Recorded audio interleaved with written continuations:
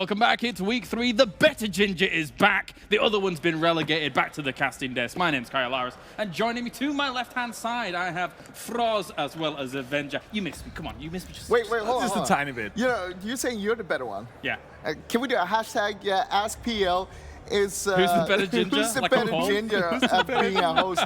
Is it James Claris or is it Richard James? Richard James? Richard Sims? I think his middle name is James. Oh, is it? No, No, I know what it is. It's something else. Let's not talk about that. Yeah, this is weird already. How do you quantify who is the better ginger? Like, ginger. It has to be. We're doing a vote. Ability? We're gonna do a vote. No, we're gonna do a vote. Okay, all right. Who's the better ginger? We're gonna figure it out somehow. We're gonna do We'll pull up a poll on Twitter after this. This is not how I wanted to start the show, but regardless, we're getting into things. It is week 3, of course. Welcome, ladies and gentlemen. Guys, I have Froz and I have Avenger. Obviously, I was not here last week, but I did get to watch quite a bit of the festivities going down. How did you guys enjoy week 2, especially coming into week 3 as a whole? It did shake things up a little bit. Yeah, I think that was the most interesting thing, that it was shaking up so much, because we saw some teams do really bad some days, but then they pulled it together and they did really good the second day and so on. One team that shined really much was like Team Liquid though. Yeah. They were number 1, 2 of the first days, and then the third day they have an average day, but I mean, that's just the average day. So it's not bad. They've been showing consistency for so long now, and when the other teams, they kind of start falling behind, we saw G2, we saw Na'Vi not getting as much points as they usually do in the other weeks. Yeah. And now they're falling behind. They're not as far ahead or even kind of close to Liquid now. So it's good to see Liquid showing consistency throughout. It's really going to show through the rest of the phase as well, I believe. Yeah, definitely so. I think that, you know, when you looked at week 1, they didn't have themselves a win, but they were doing very well for themselves. Week 2 was really their opportunity to strike, and oh boy, they did. Let's take a look how everything does stand here for PEL Week 3 going into things, as Sam previously mentioned. We're 1/3 of the way here through Phase 3, and Team Liquid currently sits at the top with a healthy lead, especially when it comes to against the position of the top 5 as a whole. One of the big surprises for me, especially across the 2 weeks, but not as much after watching week 2, is N47, 6th place right now. Yeah, they've been doing super good throughout the whole phase so far. I mean, they've been super consistent. They were in the start, they were doing much better on Sanhok.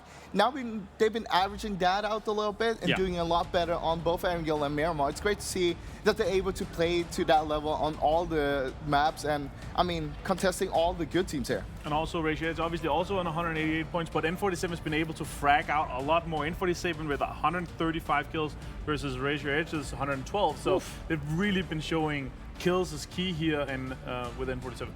I also think we should give Reciprocity a little shout out, actually. They had a really good week last week.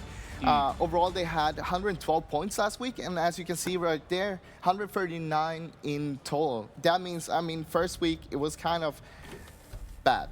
Let's just put it like that. But last week it was really good. I hope that they can continue on that road this week as well. I know, you're right. I mean, from what I remember, from what I recall, they got a 3rd place on the first day, a 2nd place overall in the 3rd day. No, so and 7th on the 2nd day. I was trying to avoid that because 3rd and 2nd sounds much better. But also, they had 20 more points than FaZe Clan last week, so it really talks to how much improvement they've been doing last week. And one of the things was, I talked with Scoom just before this, and he was telling me, hey, we're doing a little bit worse on Miramar, so that's our game plan to actually work on that part, make sure that we put that into a better map, because they're doing good on both Sanhok and Ariel, but it's Miramar who's dragging them down right now, and they're going to be trying to focus on that throughout the whole week here. Of course, we've got 5 games throughout the day, 5 games every day. In fact, we'll be starting on Miramar, going to Sanhok, and then Erangel to round things out here for the day. Interesting that you mentioned that about their approach overall. They're not looking to strengthen even further some of the maps that they're already gonna. They're looking to kind of spread it, not thinly, because it's only the 3 maps as a whole, but looking to reinforce every single aspect of their game, Avenger, which speaks to what they could potentially get away with. But also, they're changing 2 players. They're back to kind of their old loot spot, so it's a lot of change-ups. You're kind of getting comfortable. I'm really happy to see them already be as comfortable as they were last week. I hope to see that continue. Also, they have avoided getting the land flu, so they're all well and healthy. So I think they'll be performing extra spicy this day here. That's a big topic. Who's sick right now? Because I have avoided that player area like the plague. We saw that last week, right? Desperados had a 5-point day and they were really sick, all of them. So now they're really trying to mingle with all the other players, all the other teams, because they've been sick, to make sure they spread it out. NIP here, they actually got a new analyst here on spot here today, so it's going to be nice to see what kind of work is going to come up from that. that part there. So they're not looking to be sick. They're just looking to make sick plays, right? Like, yeah, exactly. that's going to be the way. There is, of course, That's Mr. Calvin. sick boys. That's the sick boys. The sick. Patient 0, number 2 there, Ultra. Yeah. The cheeky smile says it all, I think. Whoa. And Look at Ira. He looks super sad. Whoa. No, beyond that, TSM, second place right now. Right. They Yeah. have been perpetually the 5th place placement for the entirety of Phase 2. Now they're in second place to get things going here in Phase 3. That's a pretty decent start. And also 10 points more last week than their first week, so they're consistently showing improvements Yeah. overall. I really think it's a lot of credit is coming in both to Ditz, but also to Iro, their new player, and a lot of kind of fresh bread is coming into that team. Ditz he's such a kind of hard worker for them, and he kind of, I would say he prepares them so much that they don't need to do anything. Did you say fresh bread? Fresh breath. Oh, fresh bread. The TH. Oh, I was like fresh blood, but I thought it was fresh bread. I would like it if the phrase was fresh bread. Get some baguettes in the house from there, man. That would be nice. Well, Some fresh baguettes. He some is from butter. Canada, right? Yes. So he could potentially have some of that. Oh, they got some good bagels over They there. I have had them some last fantastic week. ones. It was very good. All right, well, thank you very much, gentlemen. Time to get into things. Welcome back to PEL. It is week 3. We are going to our next game. It is game number 31, and we're heading over to familiar voices. It's Sims and Pansy. Take it away. Well, Rich might be familiar, but I've been away. I escaped. I saw the vast lands of America, and I've returned to some incredible action. Apparently, a lot of new names looking at that top 5, a lot of new teams, new players. I can't wait for this, Rich. Where should I be looking? We're on Miramar. Should I just be expecting the same old, or do we have something new to look at here for me? In terms of how the map's played, I think it's generally business as usual. You've seen it all before, you'll see it all again, but certainly from the teams, James alluded to it on the desk, TSM, there are some shining names at the top that have always been kicking it around that area. But we've got some new boys, some new challenges that arose. And honestly, Raise Your Edge Gaming, N47, they have come to play in this phase. They are, all right, they're not up at the top 5 level yet, but they're certainly knocking at the door and challenging players up there. And do you know what I like? From what I've seen and what I've heard, they're feisty. They like Yes. a fight. They'll frag out. That, to me, is so exciting to see because, you know what, I'm going to be a little honest. Sometimes the PEL felt a little bit static. It felt a little bit like we know our big dogs, we know our big players, but coming That's in, fair. throwing a little bit of a firecracker in there is going to be exciting to me. But it's not just those new players who are stepping up and delivering on multiple levels. You were saying Samty is having a big season here. Honestly, I think these servers belong to him. Everyone else is just a guest in his house. Honestly, he's just plugged into them, but by hook or by crook, the man is just on a mission. And I think that speaks a bigger story about Team Liquid as a whole. They're yet to pick up a FaZe trophy. You know, ooh, that is interesting. We'll continue with this bit, and then we'll talk about this one. But they've not yet won a phase of PEL. They took home the Kickoff Cup. They've got that trophy. But ENCE and FaZe have beat them. They've pipped them at those posts. They're true. yet to take home that completion and say, all right, we've been here, we've done the task, we've got the job done. For Liquid, it's all eyes on the prize. Regardless of points, regardless of PGC qualification, that will come with winning this phase, and that for them is the ultimate goal. And I think that's a very big thing to mention. I know for us as casters, analysis, people at home, it's easy to kind of jump ahead a little and say, well, the bigger prize, the bigger picture is what's at the end of the road there, that PGC, all of this, everything that's way further away. Sometimes the best thing is to take it map by map. Not get too far ahead of yourselves, play the game that's in front of you, and I'm hoping we see more of this, and I hope we see that consistently. But let's touch on that circle. It's very southern here. It is. It's rough, and you're going to be looking at, what, 40% water? So a very tight island, especially a bit of a squeeze down towards the south corner edge of the map. You don't want to be there. Eventually, it is going to pull away from that water side. How far? We don't know. The first 3 circles, they could keep going towards that water, and we could be playing with a coastal edge by the time that comes around and the land ratio comes into effect. But for now, N47, they'll be happy. Na'Vi, maybe come a little bit further south, just pull it in slightly, stick across the road. I'd expect a few teams to probably stay central, maybe play around the back of Los Leones, just towards the southern tip of it. But the problem is for all these teams that like to play late game. You're looking at FaZe Clan, who'll be coming in somewhere around the west. GamerLegion, Liquid, they might not center up, they might not square up, and they could be kicking in on those edges. A team like the Knights in NIP, they always kind of cross paths towards that northern edge of the circle. They're going to have difficulty. Reciprocity, you name it. All these teams now, there is so limited amount of land. Expect some early engagements on the next rotation. Yeah, it's a wet day at PEL. Oh. Lots of water. Okay. Waiting to see how teams approach this, see who goes where. As you said, I think by now a lot of people do know those rotation routes. You do get a couple of those scuffles for those very, very primed compounds that people love to take. So I'm hoping to see a bit of action. I do love to see it, so we'll see. Again, a lot of teams, looking at G2, they're in a nice spot as well. They have that East Coast approach. They know that terrain better than the back of their own hand. So they are perfectly set. They'll be in a good place. NIP, as you said, these teams can scuffle with each other. They can have a little bit of that closeness to it. Team Liquid, I see some things don't change. That nice early rotation. I know you've been watching while you've been away and keeping tabs on how things have been going, but from a casting... No, I'd never watch it. No. Okay. No. From a casting perspective, and we get your thoughts on it by the Game 4, Game 5, you keep an eye on those grenades now. The frag grenades have been decreased. The flashes, the mollies, everything else, all the rest of the utility, the smoke has been increased. We still have them now and again, but we don't have these firecracker fights where people will just bunker down and lob bricks at one another from across the road. Yeah, I don't know if I'm going to miss the mortars too much. We'll see. I do, however, like the kind of other side of the coin of the utility coming through is that you get to see better uses of what you have. You have the flashbangs coming out more and more often.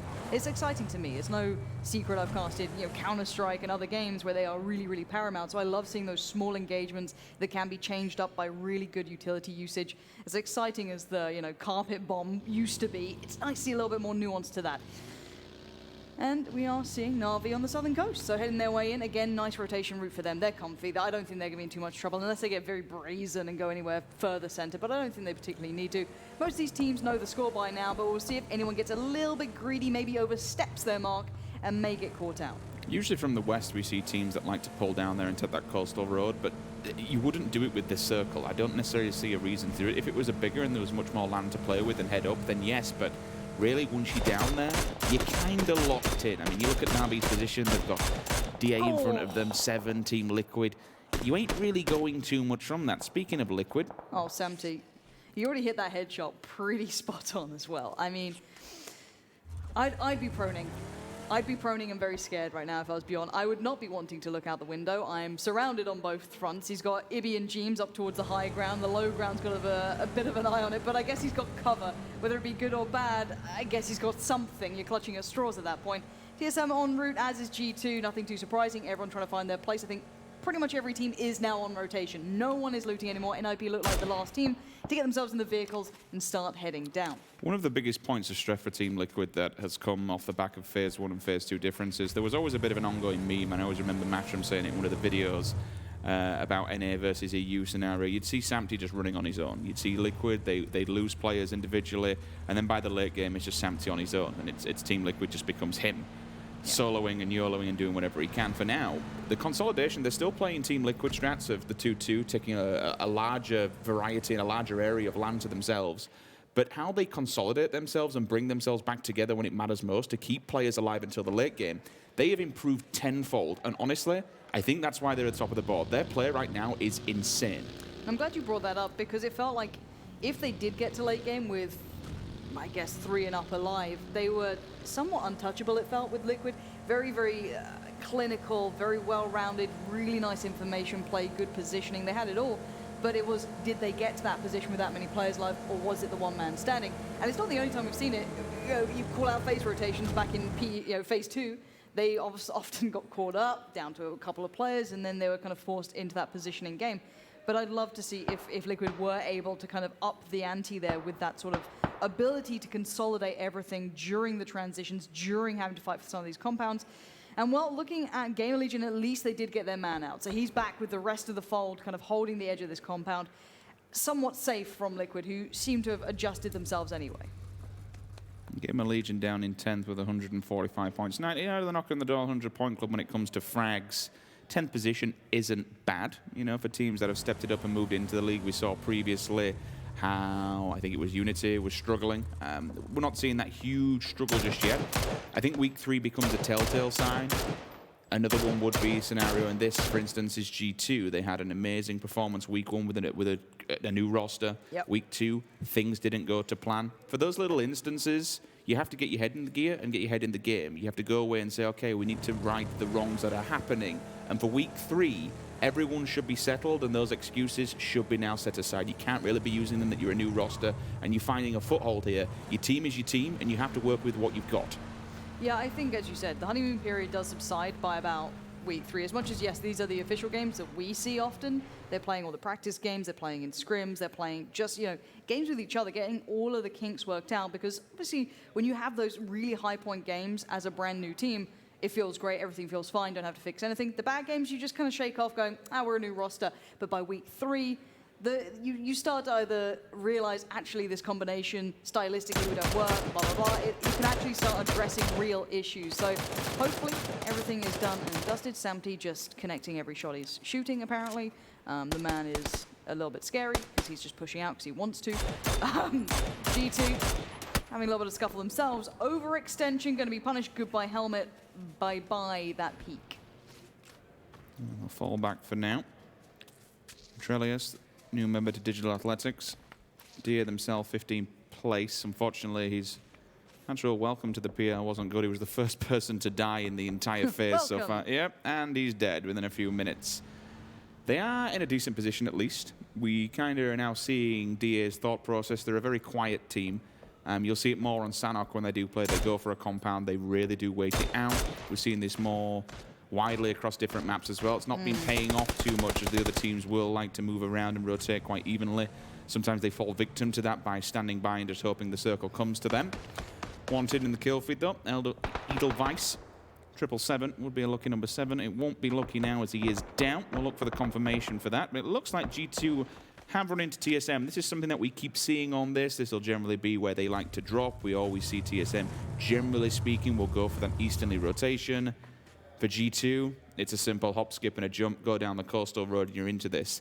But time and time again, do they find themselves fighting one another? Generally doesn't go their way because of how the circle pulls. They tend to die on the edge. Let's see. If you look at the positioning, at least from G2, when we were watching that one, they do have at least got the hillside, so they can springboard away from it. So TSM are slightly more locked in, I guess you could argue, even though they're perfectly fine for now. There's actually no worries if they don't overextend and maybe overpeak.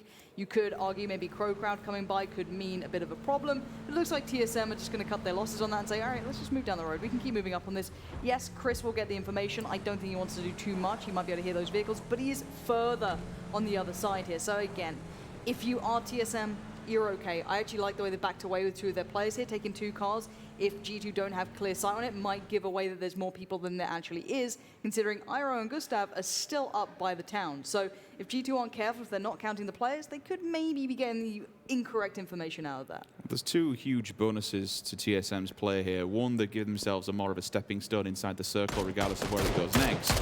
Oh, okay, I'll hold on for a second. That's a shot and a half. So clinical. It does give away the game a little, but it doesn't matter. NELLOZ, again, this could have been a nice misdirect of information. I don't know if it was intentional or not, or if it's simply how it happened. Iro got fed a bit of a kill there, but those shots were perfect. That man, I don't think anyone doubts how good he is individually. I like seeing him on TSM here. You've kind of added some real punch to that roster. So already G2 going to be put on notice. First man down and confirmed. Not how you wanted that started. The second part to TSM's maneuver is that everyone else, generally speaking, will be listening to this fight. They'll be getting that information. They'll be getting ahead of the game. Look for ENCE. Look for Desperados if they can survive the next fight that will be coming from NIP up in the north. CrowCrowd in the back. Time and time again, we see these G2 TSM fights third-parted. And unfortunately, all the teams will be damaged by it. Circle, she comes in, she pulls from water. We're in the center of the map. That feels about right. I don't think that's going to be too offensive to any team. Of course, a couple are left out. FaZe could have a little bit of a longer walk ahead of them. And I guess Na'Vi are in front, so that's an unfortunate thing to deal with. Oh, is Iroh going to be given another? That's the big question. Yes, he is. That's Tiikzu gone. Nice little pick up there, and he sprays for NOOKIE. He does overstay his welcome. Can't make it away. That's a little bit of a trade back into this. He is safe now on this angle. I don't know if anyone else can punish, because looking at this CrowCrowd, it's a player who pushed further forward. Bailed. Yannis is very close by, and you're right. Gustav had just backed away, so Iroh left out on an island. Sadly, can't do much about this one. He did go for the damage. He did get a kill, I guess, at that point. So was it worth it to him? He's made a boatload of points for TSM this round. Yannis is just holding for the right moment. Strikes. Instant goes down. There's no one there to revive. I actually like the play from... I say I like the play. It's not really the play, but at least the confirmation from... that comes through from Gustav. There's a few teams that would double question themselves. Should I go back? Should I be baited into that engagement and say, okay, you know what? We've left him. Leave him be. Cut his losses. Just go for the circle. Look, if there's any Turkish players or viewers in Twitch chat, we all know they should have saved Iroh. It's okay. It is known. We should have saved Iroh. Gustav, why did you leave him? Why did you leave him alone? You're just going to get the Dane hate bandwagon going, Lauren. Stop rattling Twitch chat. No, they're fine. They're having a good time.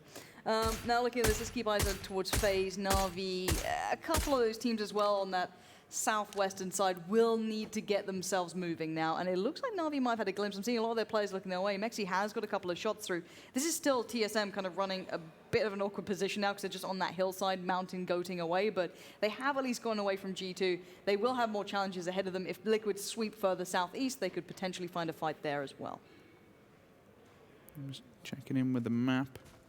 M47, they are plumb center. Two sides of the road, best position at the moment for this circle. Eastern onto Yannis still, those weird and wonderful battles that will be going down in the east.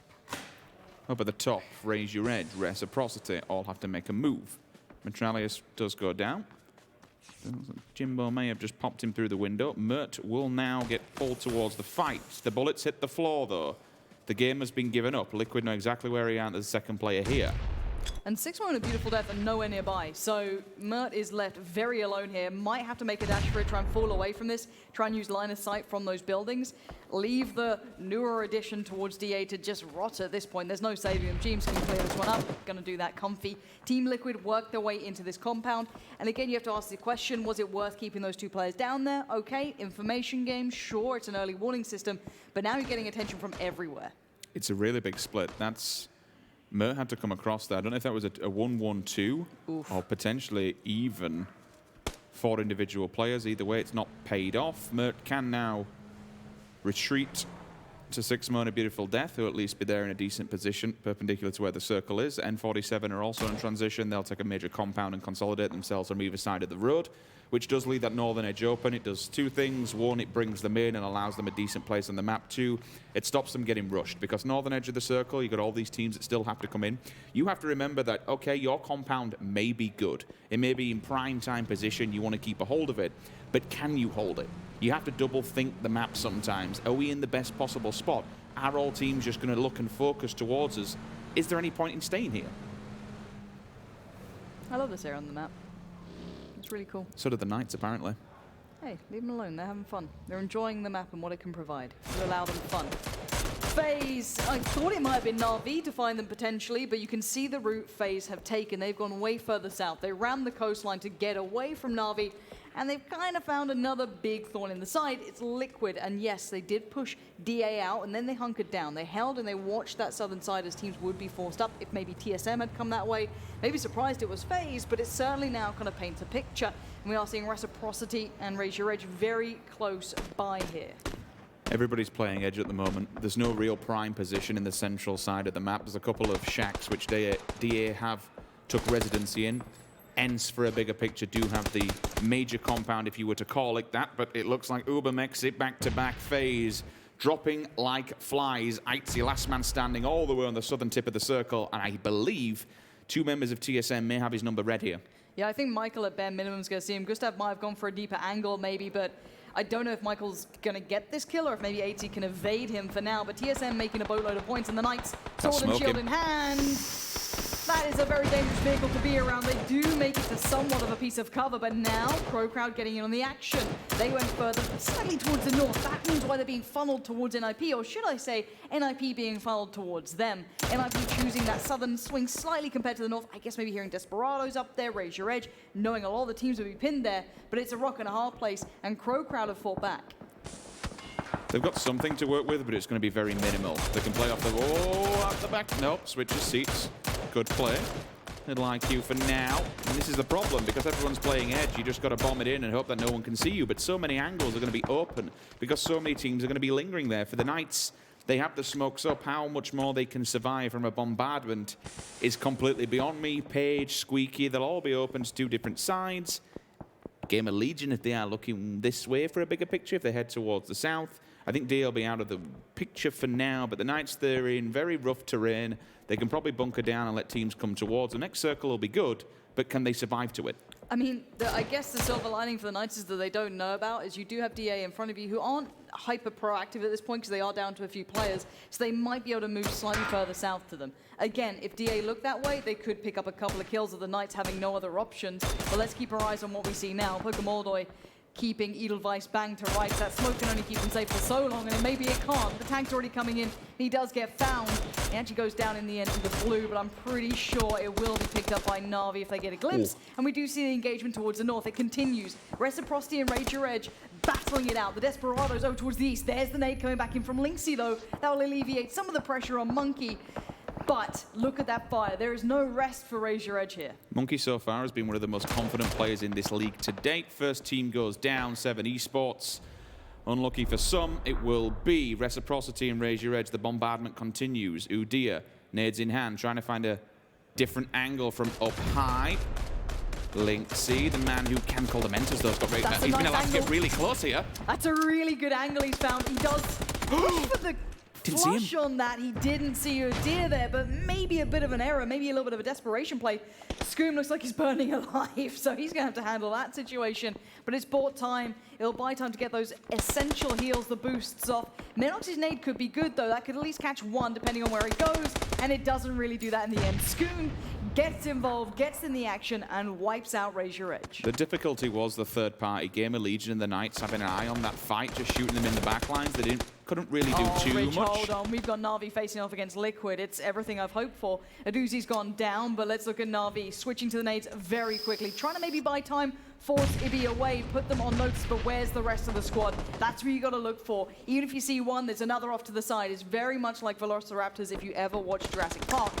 Anyway, that aside, we do see Na'Vi out of options and out of luck completely. SIMSY is in the battle. He's entered the building, and he's moving them aside. N47 picking up the pieces, and that's good points for them. But Senya on the play, gonna make a last-ditch attempt, try and do something with it. It doesn't work out at all. Aduzi next in line. Can he deliver where his teammate could not? Reciprocity in the meantime has gone down, picked apart by just about everyone getting into the scraps, and the blue is hurting. And I think he knows he's out of time. Gonna flush Jeems, get him done, and there he goes. Na'Vi out in 12th. And the bigger problem for all these 3 teams, and when I say 3 teams, because N47's knocking at the door, is that in that scenario, you have to take the fight. You can't back away from it or run away from it. You'll just be mowed down from the backlines. Oh, look at Ival this. has been proactive. He's looking and searching, picks up Jempty, but that rings the alarm bell. You now have to deal with Ibiza and SIMSY. It depends how badly damaged Ibby is, because I did see him take a few bullets. They can't get into that, though. DA have an angle to stop them even trying to cross towards it. And yes, DA may be a little bit more passive, but they're easily going to be able to watch this. Yes, they may get knocked from it, but N47 can't quite find the way to punish this.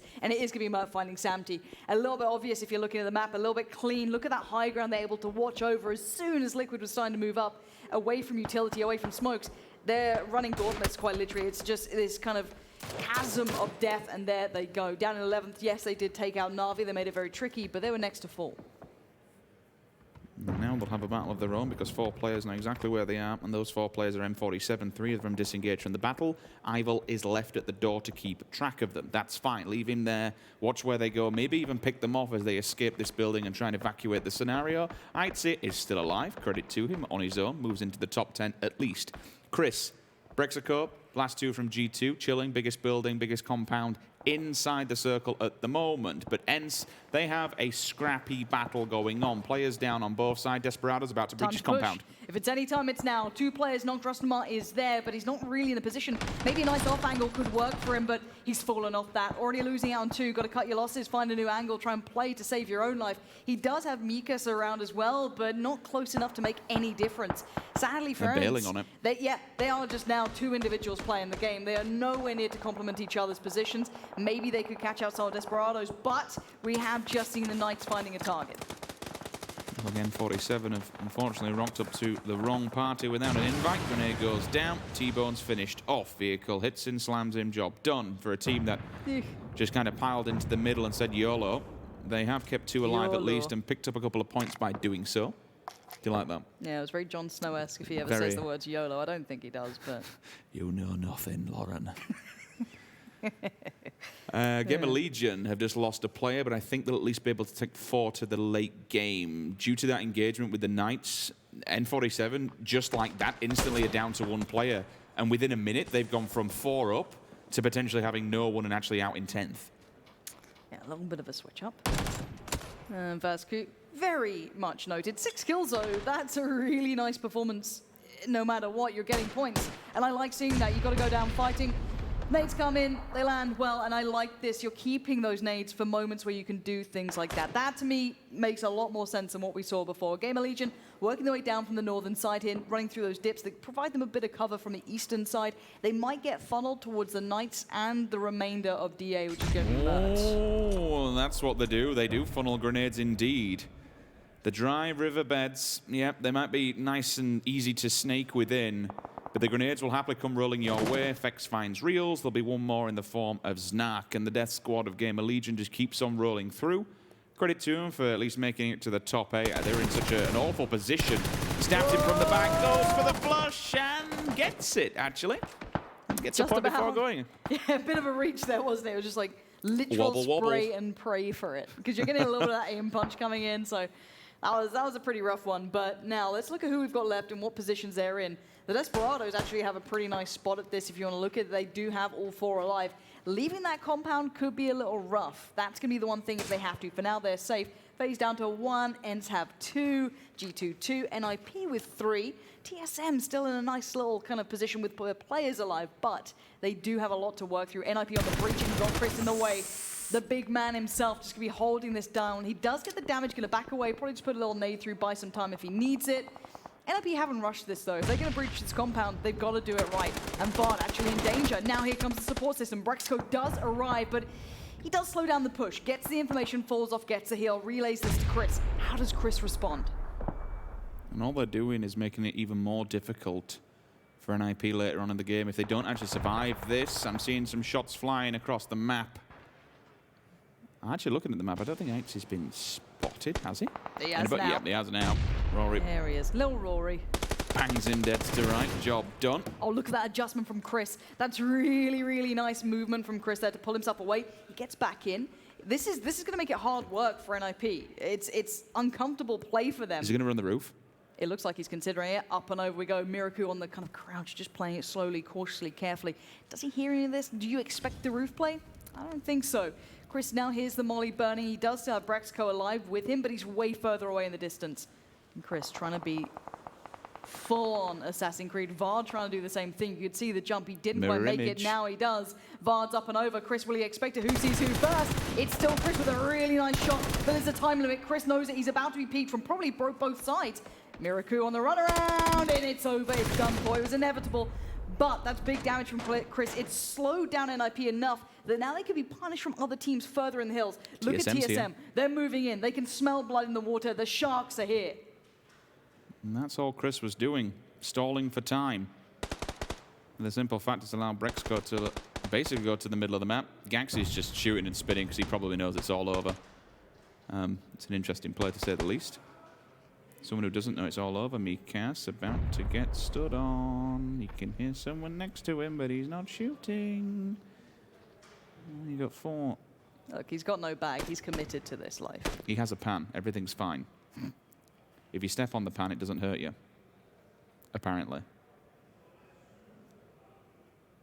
Super passive. Fair play. Wants to try and survive for as long as humanly possible because let's Wait, not forget TSM that in the south, hold on. Because GamerLegion actually have a really nice pinch on this with the two players where they are. I didn't know if it was going to be able to go far enough. Rory could have been in danger, but I think it's a bit of a race to get up this hill now. You don't be the one playing, you know, late to leapfrog. You want to be at least on that line so you can ensure you're not just fighting the blue, being forced back. NIP now on the move as well. That's just off to the other side. So TSM look good if they'd maybe press the issue with NIP. Now they have two opponents on two sides, and they also have the blue to worry about, and any team in the north. I'm really glad you touched on that. I was surprised they didn't encapsulate onto them and just keep on that ridge and maybe get ahead of the circle, to be fair, and the death from above. Entering the circle, they're now ahead. NIP are in a decent position. They've got some cover. TSM, yes, they'll have the circle, but they'll have death from two different angles, and they have to deal with that now. This scenario was avoidable, in my opinion, if they would have gone and committed to NIP. But again, it's risk, it's reward. Do you want to try? You're playing a game of chess, right? Do you want to maybe lose somebody? If you take as many as you can to the late game, generally speaking, that team will win. Michael's shooting towards the cabin, potentially thinks someone's hiding in there, which also suggests they don't actually know where NIP's gone. Their options are pretty poor here. They're somewhat safe from GamerLegion. It looks like they've got hill cover towards that side, but I don't know how much vision NIP's going to have on them. So this could be a little bit tricky. If NIP won that fight, then they're going to get it. The Desperados coming so close, though, are probably going to keep NIP busy. It looks like your forward man's going to be between Gaxi and Vard on that side, so if the Desperados move up towards that truck, they could be pinched as well, because miikaz might join in on that fight. Now, we have 6 teams alive, 15 players. There come the nades. It's NIP. Do you expect anything less? On the move we go. NIP spring into action. You still have miikaz prone. He's not joined in just yet. There he is. Peekaboo. He gets one. He steals the points away, but he'll be instantly traded on by Gaxi. So, NIP are 2 alive, 1 TSM's knocked. here. TSM finally get into the action. They need to push this. They need to press the issue. They can't leapfrog towards GamerLegion. They have no information on that side. But Miraku's holding them back, but he can't cross over. He knows there's a really tricky spot to be in. Can he make it to his teammates? Does he want to? Or can he find those TSM players? Can he hold them back? Don't forget about Rustanmar as well. As we say that onto his POV, the rest basically flooded his way, and he can openly say, well, thank you very much, I'll take a point as well. Everything that Desperados had going for them, 4 players, has just been shut down. 2 individual snakes and a grenade has completely thrown this into utter chaos. NIP's gone, the blue seals the deal onto one, Calvin Klein onto the other. Now, in a desperate attempt for life, they need to get their health up. They are down to about 10% on both players, which suggests they're coming off either the back of a res or individually they're both damaged. If Calvin can get SIMSY up, this might just be able to resuscitate the game for them. If you look at where all the teams are, you have a focal point of all the teams in the south battling it out. You have Snakes in the grass and Braexco's well and coiled and ready to go. He does take down one. SKUIJKE wildly hoping for a shot to come through, but it's Hamster landing bangers. Braexco's barely alive. He doesn't know the damage he's done, but this is a big battle. The Desperados reign supreme in the north. They have it all to play for. Michael makes the run and he goes down. The Desperados recover and they win the game. For a team that ended last week on 5 points, it was an offensive week, to say the least. They had it rough, but they were extremely ill. Okay, I don't want to talk too much about excuses, but they look absolutely dead as individual players. It's only SIMSY now that is basically trying to shake off this land flu that's left on that roster. A win to open up day number 1 of week 3 is going to be so good for the mindset and so good for the bounce back of this roster. You love to see something. He's a lively character, isn't he? The cannonball. Love him, hate him, it doesn't matter. The guy did well, and so did the Desperados as a collective. Their positioning in the north just gave them so much control. The recovery of those initial kind of, I guess, issues they had when they were down to like 1 or 2 players, you know, they did recover well. They kind of didn't crumble. They didn't get too pressured on. They brought it back. They got their players back up, and they didn't overstep their mark. They played it out really well. There could be some scenario where you say, okay, maybe should a team down in the south, because I think there was 3 or 4 engagements at one point. Yeah. They were coming as a unit of 4. To lose 2 back-to-back like that, it's devastating. Sure. You can say, well, you know, you could have checked your corners more. Really, do you check for individual snakes both sides of the map? It was a weird and wonderful play to see, ENCE completely split like that and then just hunker down and pray for it. I think they managed to bag a couple of points out of it, if I'm not mistaken. A couple here or there, a few here or there. It's dirty play, but you have to be aware for that, right? Yeah, we're not surprised by snakes anymore. You can't be. We've had enough seasons to get used to it. I mean, it's the whole point of why they're viable, though. You get away with it every now and then. So I can't blame the Desperados for that. Take the win, be happy with it. It was a very good performance. TSM, the recovery in their play also, after having that really awkward southern position, loved a bit of that. Anyway, enough from us. It's good to be back. Let's hear from Sam with the interview. With Desperado, our first chicken dinner of the competition. This is fitting because I actually got to meet you guys during Promos Week. Now you're here, we're both here for PEL. That last few minutes of that game though, walk me through this, because we were all for you guys winning it, then we thought you'd lost it, then you come in with the chicken dinner. So explain to me what happened here, what the team comms were like. At the end, there was everyone could take the game because we didn't control it good enough, so we let the other teams have a chance. There was a lot of snakes everywhere we didn't find. We knew there were snakes everywhere, and NIP had a lot of space. Every team had each their cover to play behind. We didn't know how to play the circle. We just saved it because we wanted to close out a game. We're doing stuff step by step. Are you starting to feel a little bit of pressure now? We've done this first third and you know that you've got to get points on the board. Does that pressure help you perform more? Because I saw this a lot in contenders and promos. As a team, you guys tend to play better when the pressure's turned on? I think we just played very bad these weeks. We've done all the work, try and get it back. We've almost have no sick players anymore. Only SIMSY is sick now. Last week we were very sick. No, we're not sick. We've put in work. We're going to keep putting in work. It's nothing about pressure. It's nothing about how much the weeks lasted or how many weeks left. It's just, I don't know, it's not in our game. We just think about other stuff. I've got to ask you this question because I've been told by the analyst desk that it's very important that I ask you this. Why do you choose to loot Impala? In our previous lineup, we were playing with some really bad players, and he chose Impala for us, and it was pretty good. But we had to do some roster changes because it was hard to play with them. So yeah, had to Impala was good, but the players had to go, you know. So Impala's good, the players are bad. That's what you're saying. First chicken dinner of week number 3. Let's head over to the desk. I know they're excited about this. Thank you for giving them the answer they clearly wanted.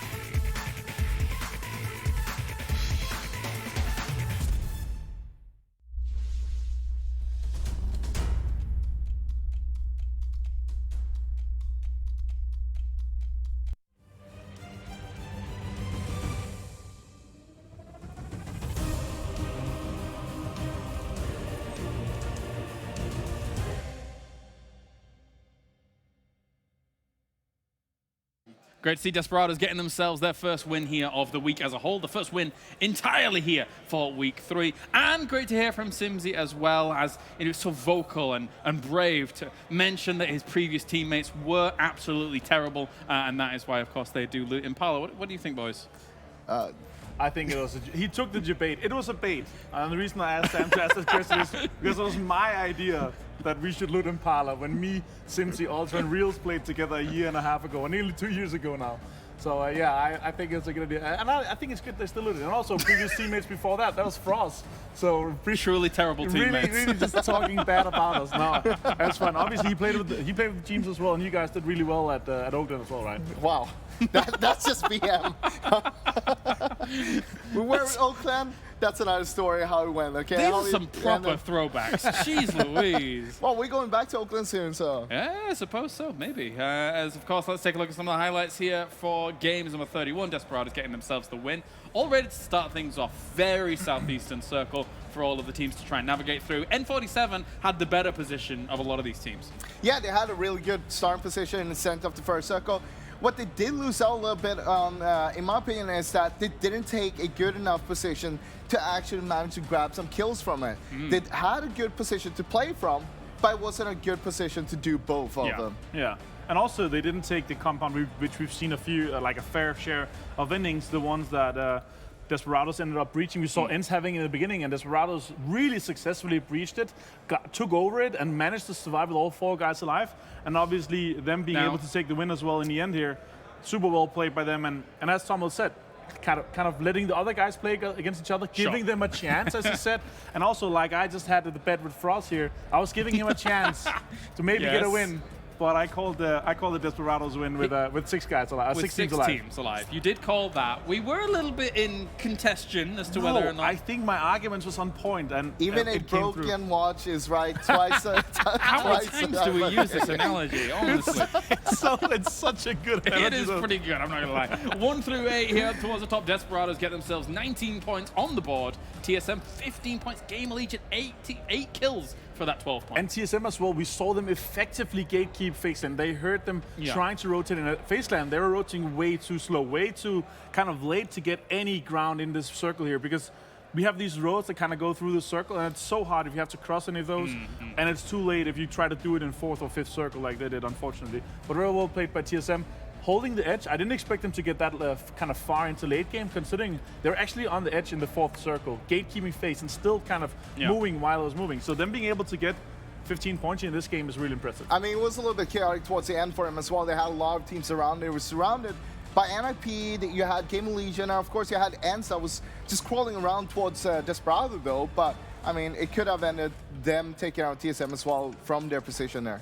And here are Desperados and TSM as a position. That's so close. Very close. 15 damage difference right there. 15 9 damage, kills. worth 4 points. That's so 15 damage was worth 4 points. True. Big deal. There were 2 guys alive in the end though, but they played it extremely well, as I said before. Yeah. But how NIP and G2 ended up hurting each other so much, I was actually expecting both of those teams to have a bit better chance moving into the end, but ended up both losing a few players there in that compound. I mean, look, it was all about ENCE though, because Desperado kind of got gifted that win from miikaz not taking them out. miikaz was basically just on next to next to 2 of the guys from Desperado. He could have chosen to take them out straight away. That would have cost him the win. Not only that, but instead he went for NIP and helped them out instead. And you know, like, I think what he wanted to achieve was to kind of let Desperado, he knew there was a lot of players alive, right?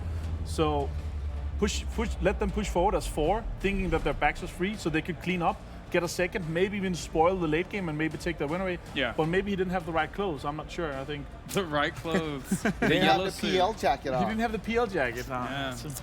Or the PL bat. Or the PL bat. That like really meshes well into that. One thing that I think was good for some of the teams a little bit lower down the table as a whole was the fact that we had some of the big names having to play Edge, playing Edge. We saw FaZe, we saw Team Liquid, Na'Vi as well. All of these teams kind of got crushed up against some of the situations down to that bottom southwest. So I think it was so dense in the end, Yeah, and overall, I don't think you can fully rely on that as some of these middle pack teams, right?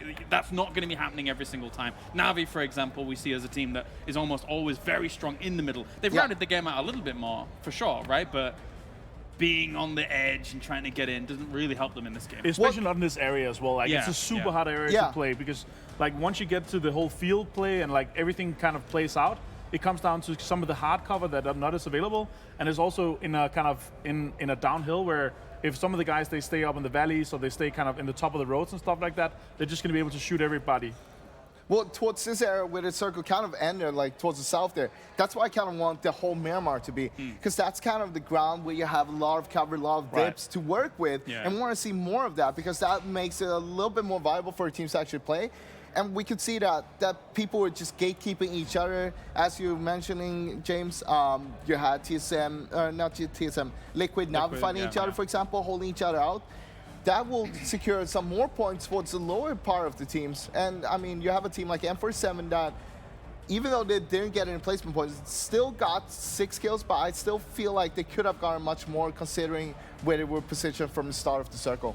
I mean, if the circle lands on your home turf, you should, first of all, you should know where the circle usually ends in your area, so you can take those compounds, especially the ENCE Desperados compound. We've seen a few endings there, and then other like positions where you can get a lot of kills. And I feel like they were in 3 circles. They're just moving cast. Like they were not positioning themselves to get kills. They're not taking some of the spots where you know a lot of teams are going to rotate in from. Maybe on the northern side, you know some of the roads and the rotations are going to come in from there. So they're not trying to get kills. They're just trying to secure themselves for the end game. Well, gentlemen, we can get everybody involved at home as well, because you can use the hashtag AskPEL to join in on the conversation, ask us some questions. We'll be answering those later on in the show. And of course, if you want to follow Froz's path of thought, you can tell us who you think is the best ginger here at PEL Phase 3. I don't know why. You could do if you really want to. Anyway, we are going to go to a short break here, ladies and gentlemen, and we're going to hear from one of our teams trying to vie for some of those bottom positions right now, trying to get into that position to get themselves saved here in Phase 3. It is, of course, 7 Esports.